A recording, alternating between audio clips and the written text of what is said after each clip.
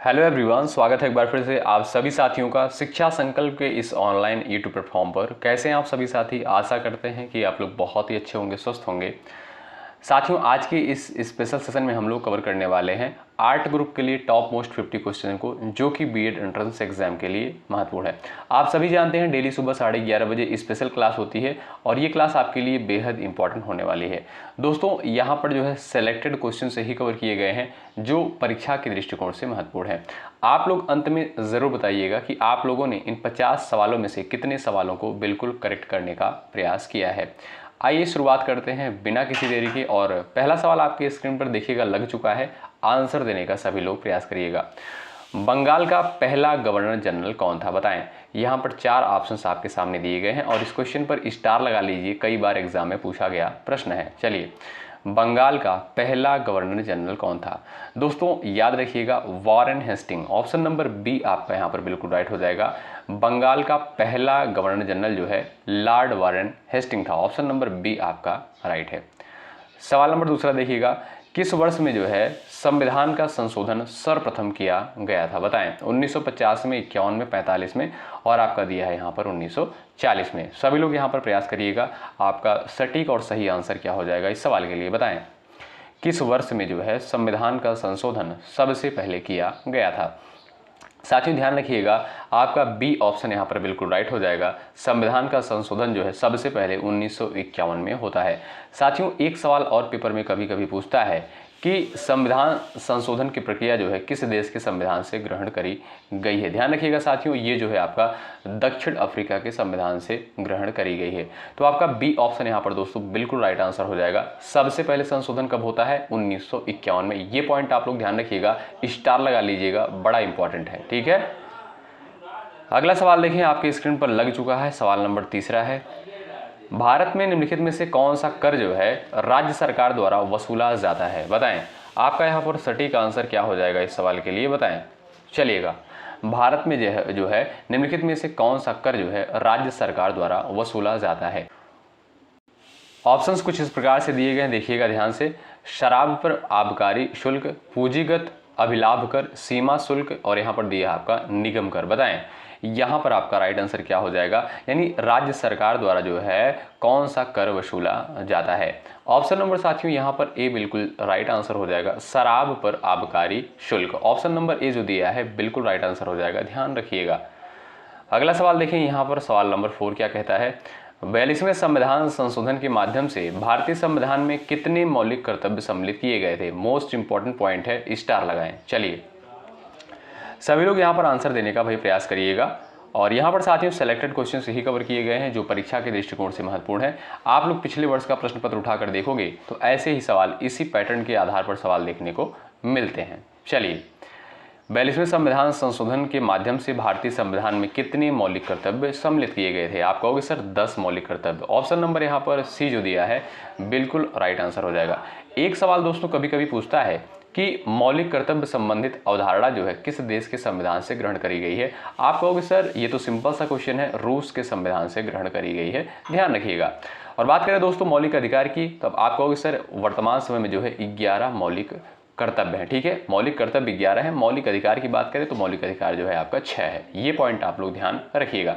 और बात करें दोस्तों मौलिक अधिकार की, तो आप सभी जानते हैं मौलिक अधिकार की अवधारणा जो है अमेरिका के संविधान से ग्रहण करी गई है भारतीय संविधान में। ठीक है, आइए अगला सवाल देखते हैं। ये रहा आपके सामने सवाल नंबर 5, मौद्रिक नीति का मुख्य उद्देश्य क्या होता है? बताएं। आपका यहाँ पर सटीक आंसर इस सवाल के लिए क्या हो जाएगा? ऑप्शंस को आप लोग ध्यान से पढ़ेंगे और आंसर देने का प्रयास करेंगे। चलिएगा, मौद्रिक नीति का जो है मुख्य उद्देश्य क्या होता है? बताएं।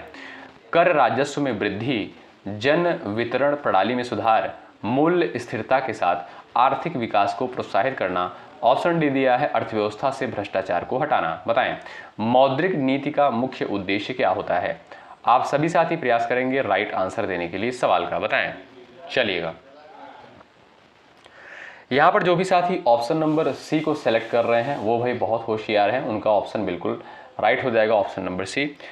मौद्रिक नीति का मुख्य उद्देश्य क्या होता है? मूल्य स्थिरता के साथ जो है आर्थिक विकास को प्रोत्साहित करना। ऑप्शन नंबर आपका यहाँ पर सी जो दिया है बिल्कुल राइट आंसर हो जाएगा। साथियों, यह मौद्रिक नीति का प्रमुख उद्देश्य है जो आरबीआई द्वारा बनाई गई है, यानी रिजर्व बैंक ऑफ इंडिया के द्वारा। आरबीआई के वर्तमान में गवर्नर कौन है, आप लोग बताइएगा। और आरबीआई की स्थापना कब होती है और इसका हेडक्वार्टर यानी मुख्यालय कहाँ पर स्थित है, आप सभी साथी कमेंट में अपना आंसर छापेंगे जरूर, ठीक है। जो भी सवाल हमारे द्वारा जो पूछा जाता है साथियों, बहुत इंपॉर्टेंट होता है एग्जाम के लिए, तो ध्यान रखिएगा, आप लोग आंसर जरूर करिएगा। सवाल नंबर यहाँ पर 6 क्या कहता है, वह एकमात्र वायसराय कौन थे जिनकी भारत में हत्या हुई थी, बताएं। सभी लोग अपना अपना आंसर छाप दो। यहाँ पर करेक्ट आंसर यहाँ पर क्या हो जाएगा इस सवाल के लिए, बताएं। सटीक आंसर क्या हो जाएगा, इस सवाल का आंसर देने का प्रयास करें आप सभी साथी। वह एकमात्र वायसराय कौन थे जिनकी भारत में जो है हत्या हुई थी। चलिए आप सभी दोस्त यहाँ पर प्रयास करिएगा, आपका राइट आंसर क्या हो जाएगा।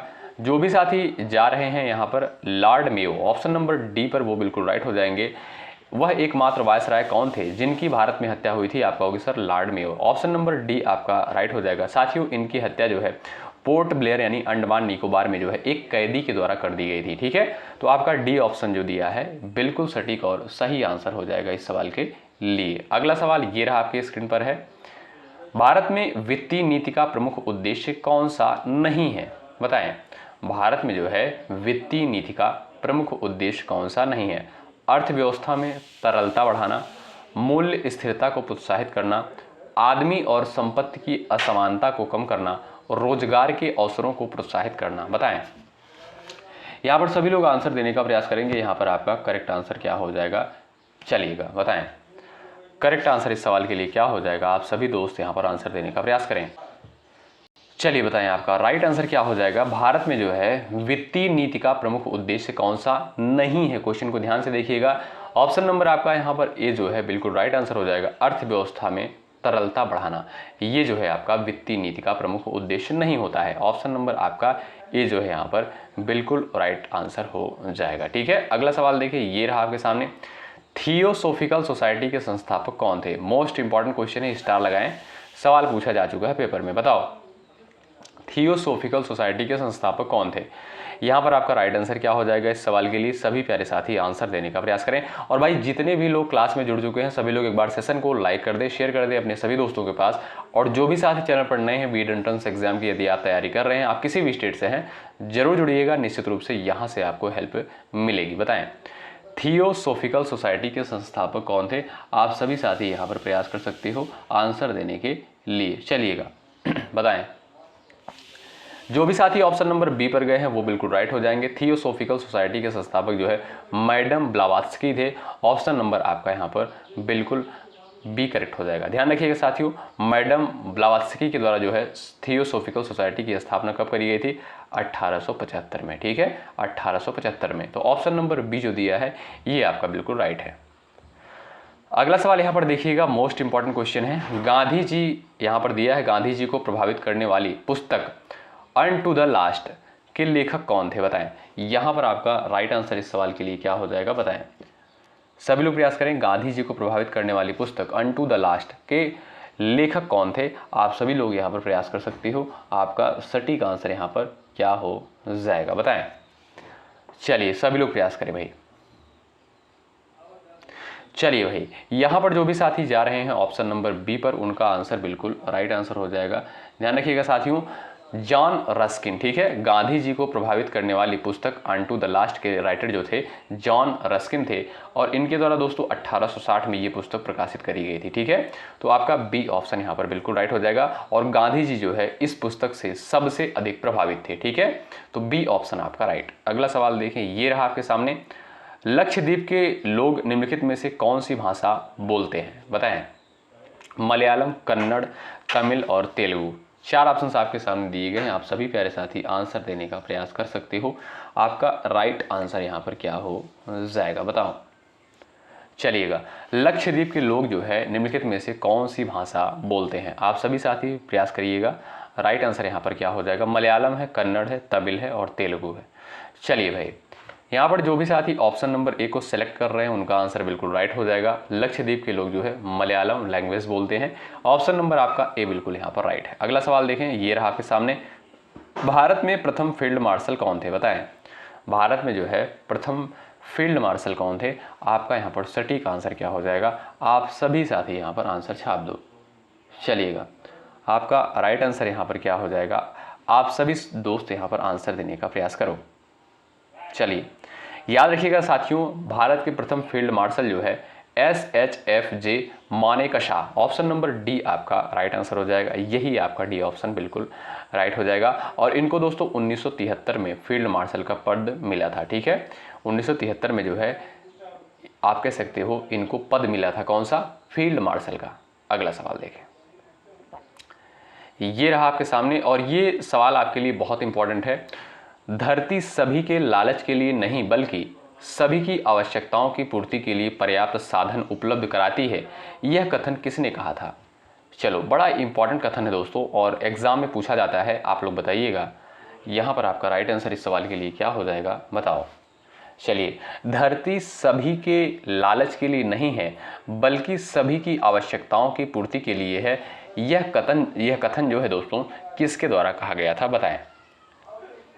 चलिए, प्रयास करिएगा।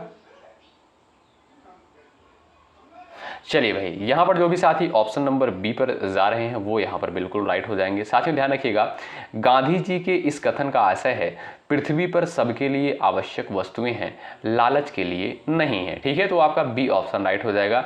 ये कथन याद रखिएगा, ये कथन जो है महात्मा गांधी के द्वारा कहा गया था। अगला सवाल ये रहा आपके सामने, कश्मीर घाटी किस स्वरूप में स्थित है, बताएं।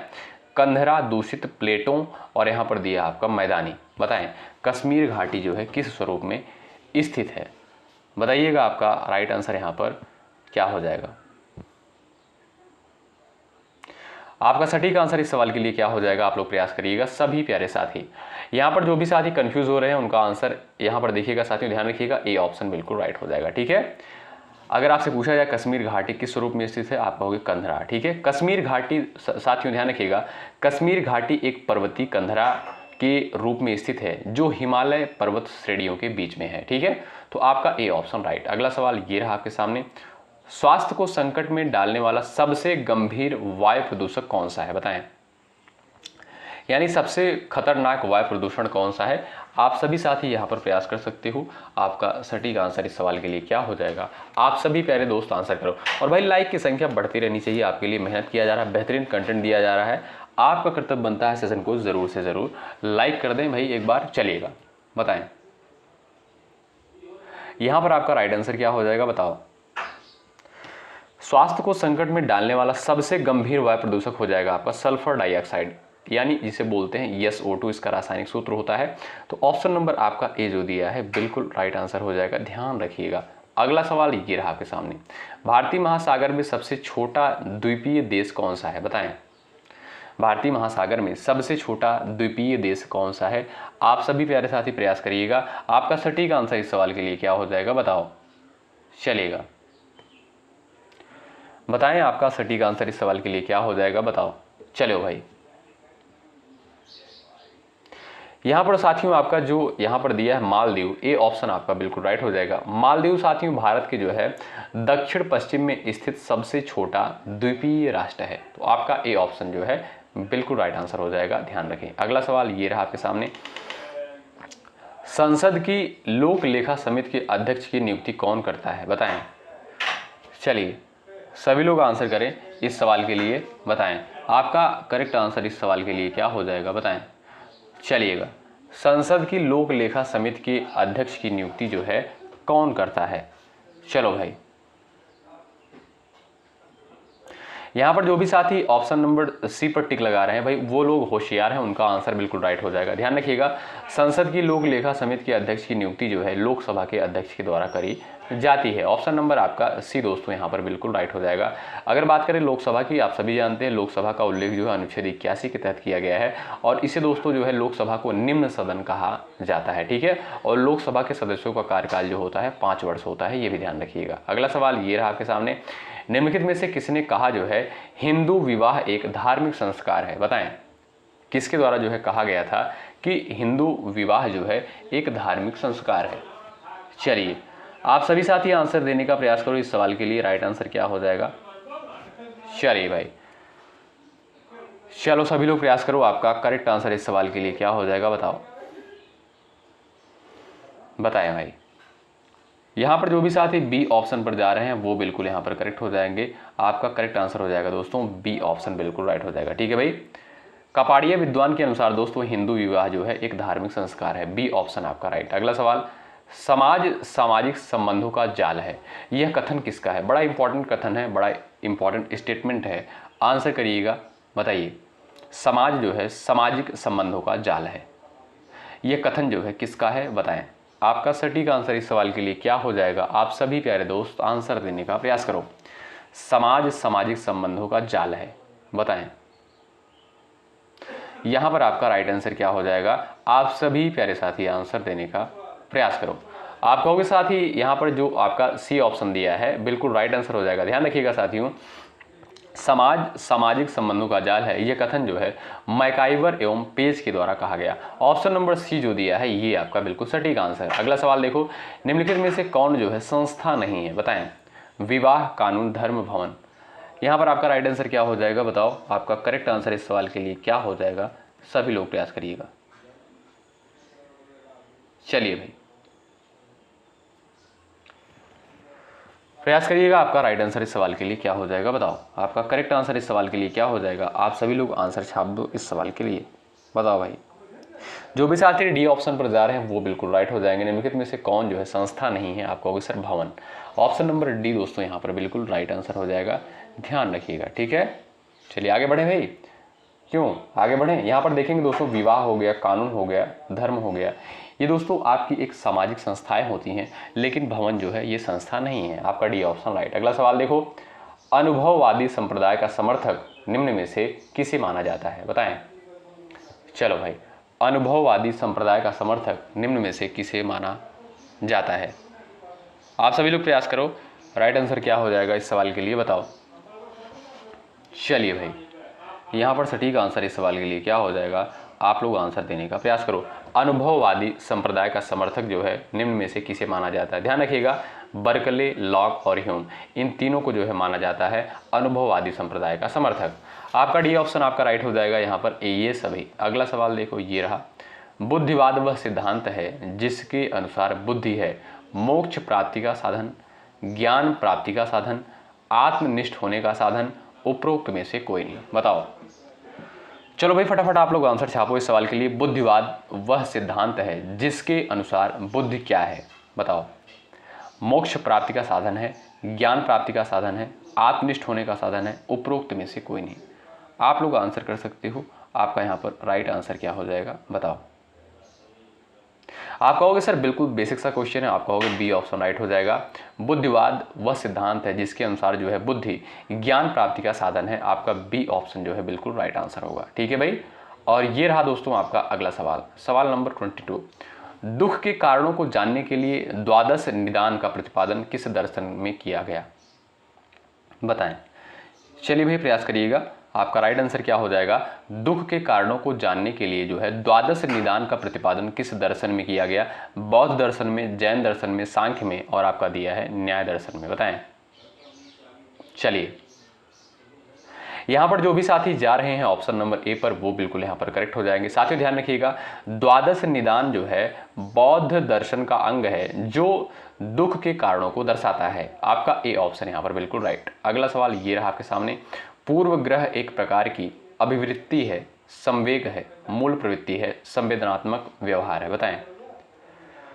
चलिए भाई प्रयास करिएगा। आपका राइट आंसर इस सवाल के लिए क्या है? सभी लोग आंसर करें और भाई लाइक की संख्या बढ़ती रहनी चाहिए, इसमें कोई कमी नहीं होनी चाहिए। चलिएगा, पूर्व ग्रह जो है एक प्रकार की अभिवृत्ति है, संवेग है, मूल प्रवृत्ति है, संवेदनात्मक व्यवहार है। बताओ।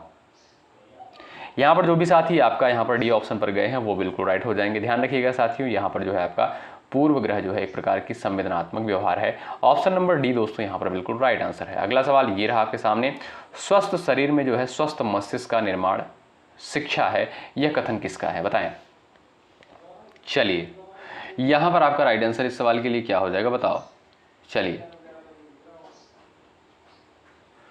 स्वस्थ शरीर में स्वस्थ मस्तिष्क का निर्माण शिक्षा है, यह कथन जो है किसका है? आप कहोगे सर एरिस्टोटल यानी अरस्तु का। ऑप्शन नंबर डी आपका राइट हो जाएगा। साथियों स्टेटमेंट से सवाल हर साल पूछे जाते हैं। आप लोग पिछले वर्ष का प्रश्न पत्र यदि उठाकर देखोगे तो ऐसे सवाल आपको देखने को मिलेंगे। ठीक है। अगला सवाल देखो, यहाँ पर क्या दिया है भाई, ध्यान से देखिएगा।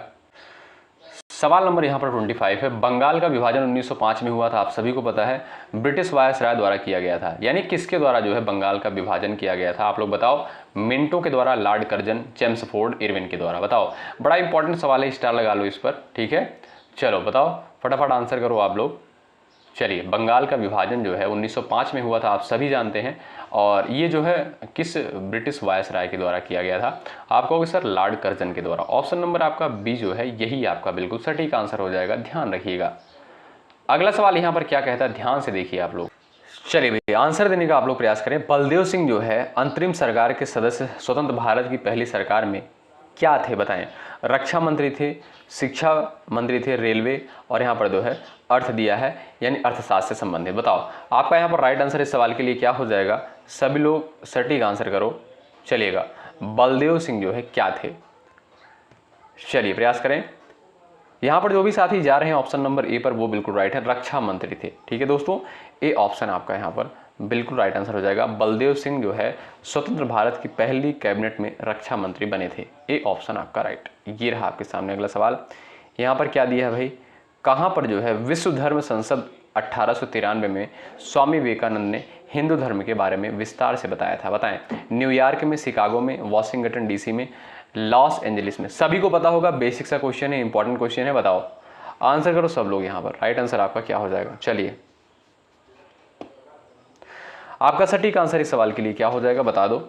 यहाँ पर आप कहोगे sir Chicago, option number B correct हो जाएगा। यहाँ पर आपका हो जाएगा शिकागो में जो है विश्व धर्म संसद में 1893 में दोस्तों स्वामी विवेकानंद ने हिंदू धर्म के बारे में विस्तार से बताया था। आपका बी ऑप्शन यहाँ पर राइट। अगला सवाल ये रहा आपके सामने दोस्तों, आंसर देने का प्रयास करें। चलिए ध्यान से देखिए सवाल को। यहाँ पर क्या कहता है, हिंदू विधवा पुनर्विवाह अधिनियम 1856, जिसे अधिनियम 1856 भी कहा जाता है, 26 जुलाई 1856 को लागू हुआ था, जिसे किसके द्वारा जो है पारित किया गया था, बताएं। यानी हिंदू विधवा पुनर्विवाह अधिनियम जो है किसके द्वारा पारित किया गया था, आप लोग आंसर कर सकते हो यहाँ पर। हार्डिंग के द्वारा, ऑकलैंड के द्वारा, कैनिंग के द्वारा, मेटकॉफ के द्वारा। बताएं, आपका राइट आंसर इस सवाल के लिए क्या हो जाएगा, बताएं।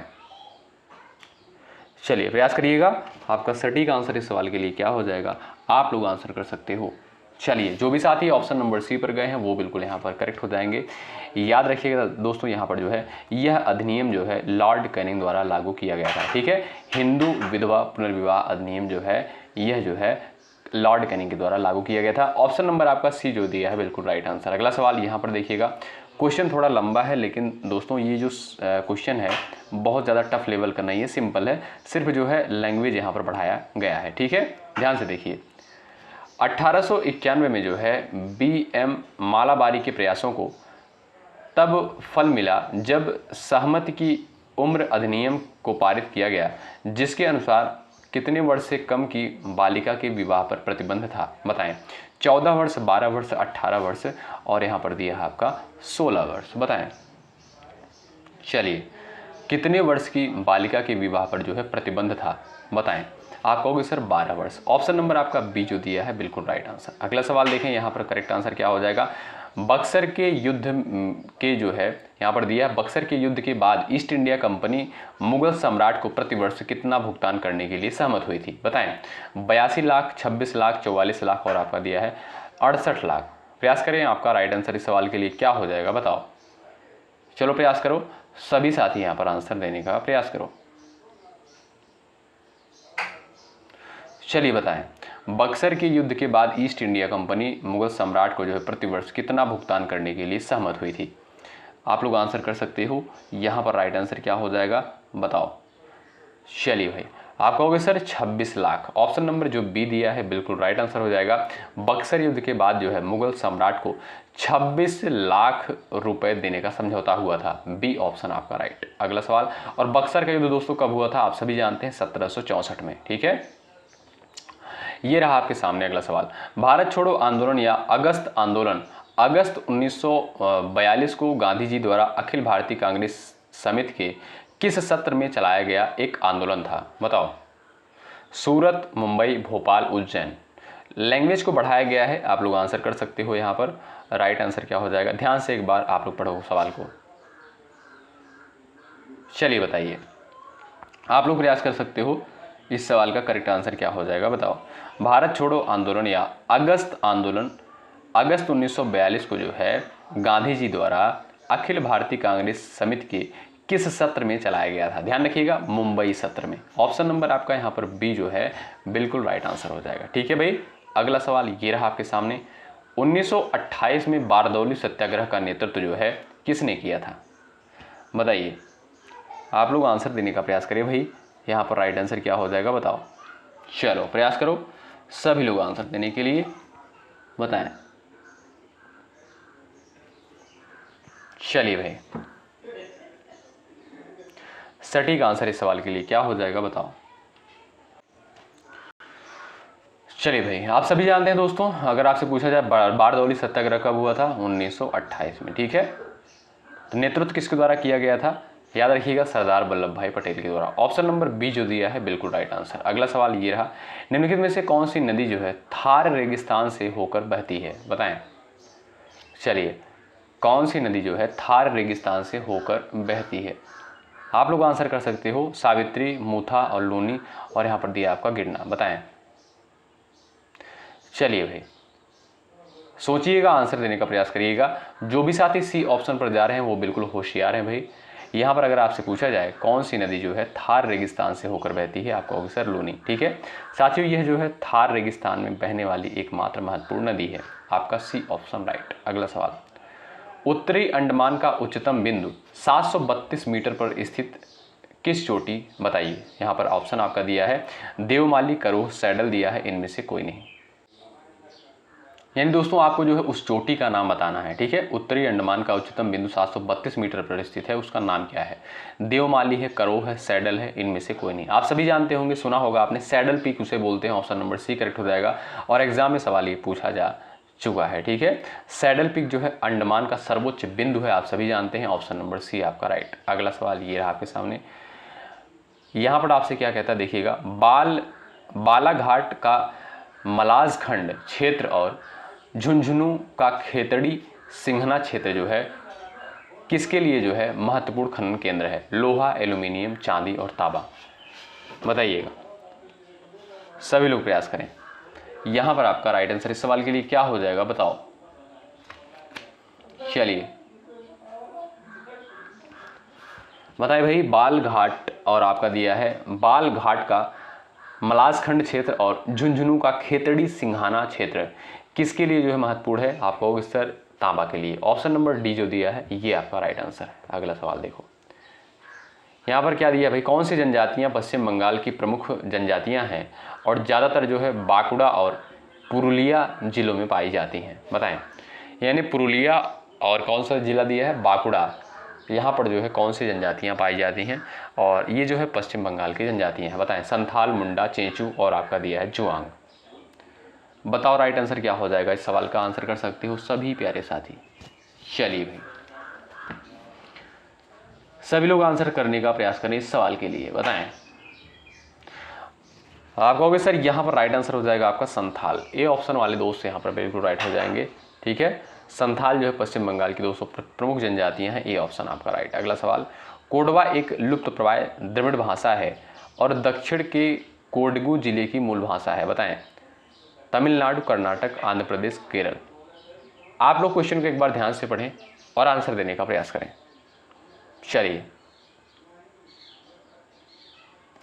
बताएं भाई, यहाँ पर जो भी साथी ऑप्शन नंबर बी पर जा रहे हैं वो बिल्कुल राइट हो जाएंगे। ध्यान रखिएगा साथियों, अगर आपसे पूछा जाए कोडवा भाषा जो है कर्नाटक के कहाँ पर बोली जाती है, तो आप कहोगे सर कोडगू जिले में। ठीक है, तो कोडवा भाषा जो है साथियों कर्नाटक के कोडगू जिले में बोली जाती है। ठीक है, ऑप्शन नंबर बी आपका राइट। अगला सवाल देखें, निम्नलिखित में से किस देश की समुद्री सीमा जो है भूमध्य सागर पर नहीं है? बताएं।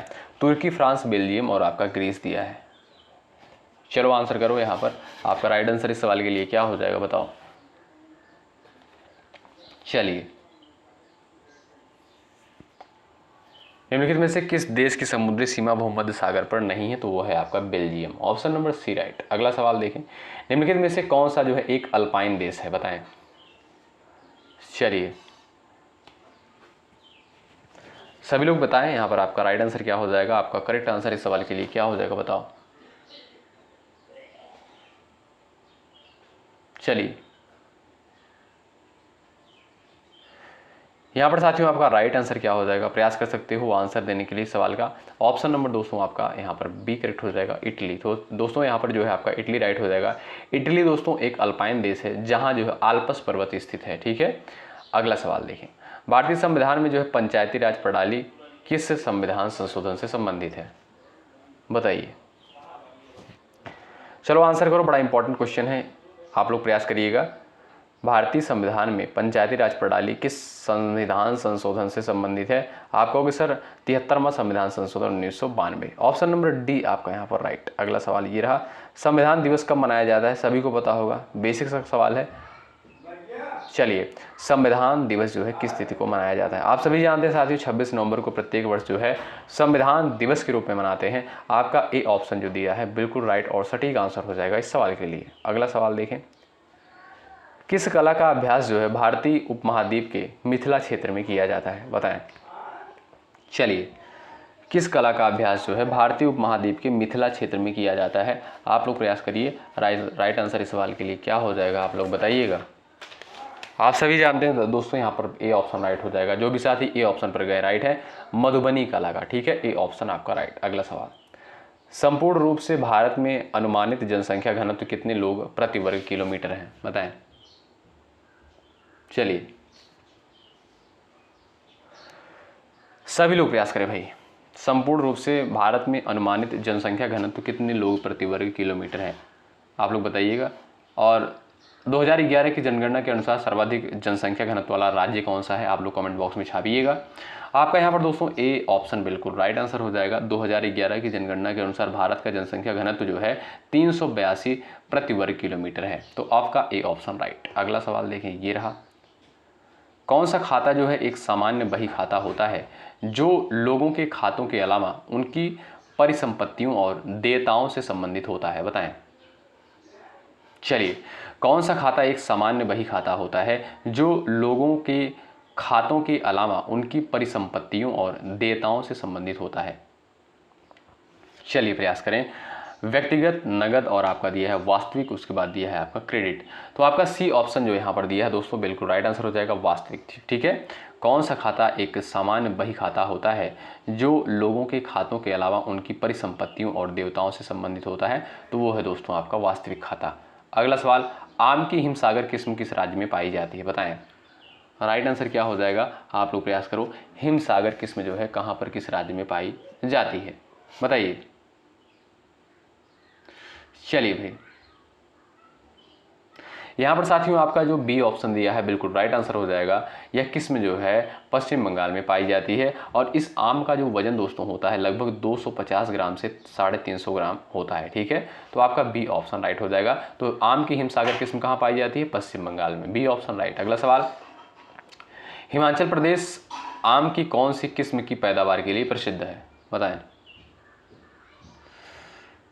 चलिए भाई, हिमाचल प्रदेश जो है आम की कौन सी किस्म की पैदावार के लिए फेमस है, प्रसिद्ध है, प्रयास करिएगा।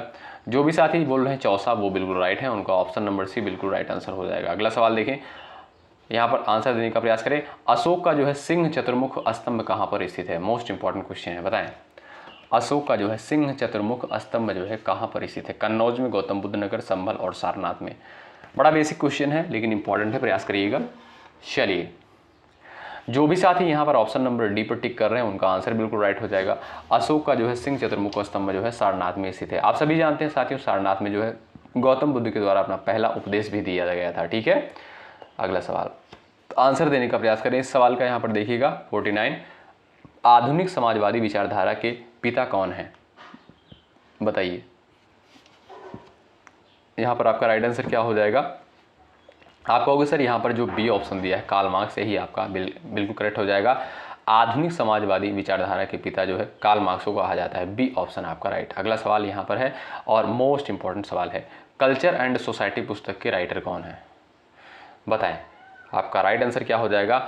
और इस सवाल का आंसर आपको देना है, आप सभी को पता है जो लास्ट का क्वेश्चन होता है इसका आंसर डेली वाली क्लास में आपको देना होता है। तो ऐसे साथियों इससे ये भी पता चलता है कि ऐसे कितने साथी हैं जो अंत तक क्लास में बने रहे थे। ठीक है, तो यहाँ पर साथियों सिलेक्टेड क्वेश्चन ही कवर किए गए थे। आपको कैसे पता चलेगा कि ये सिलेक्टेड है? आप लोग पिछले वर्ष का पेपर उठाकर देखो, ऐसे इसी आधार पर जो है सवाल बनते हैं पेपर में। ठीक है, तो ये क्लास कैसी लगी आप लोग जरूर बताएं, और आपने कितने सवालों को बिल्कुल करेक्ट किया है ये भी आप लोग कमेंट बॉक्स में ज़रूर बताइएगा। ठीक है, चलिए दोस्तों, मिलते हैं आपसे दोपहर को 3 बजे सामान्य ज्ञान की स्पेशल क्लास में। तब तक के लिए बाय बाय, टेक केयर। मेहनत के साथ आप लोग तैयारी में लगे रहें और रीजनिंग के 2 प्रैक्टिस सेट आप लोग डेली बेसिस पर ज़रूर सॉल्व करें। ठीक है, चलिए बहुत बहुत शुक्रिया। जय हिंद, जय भारत।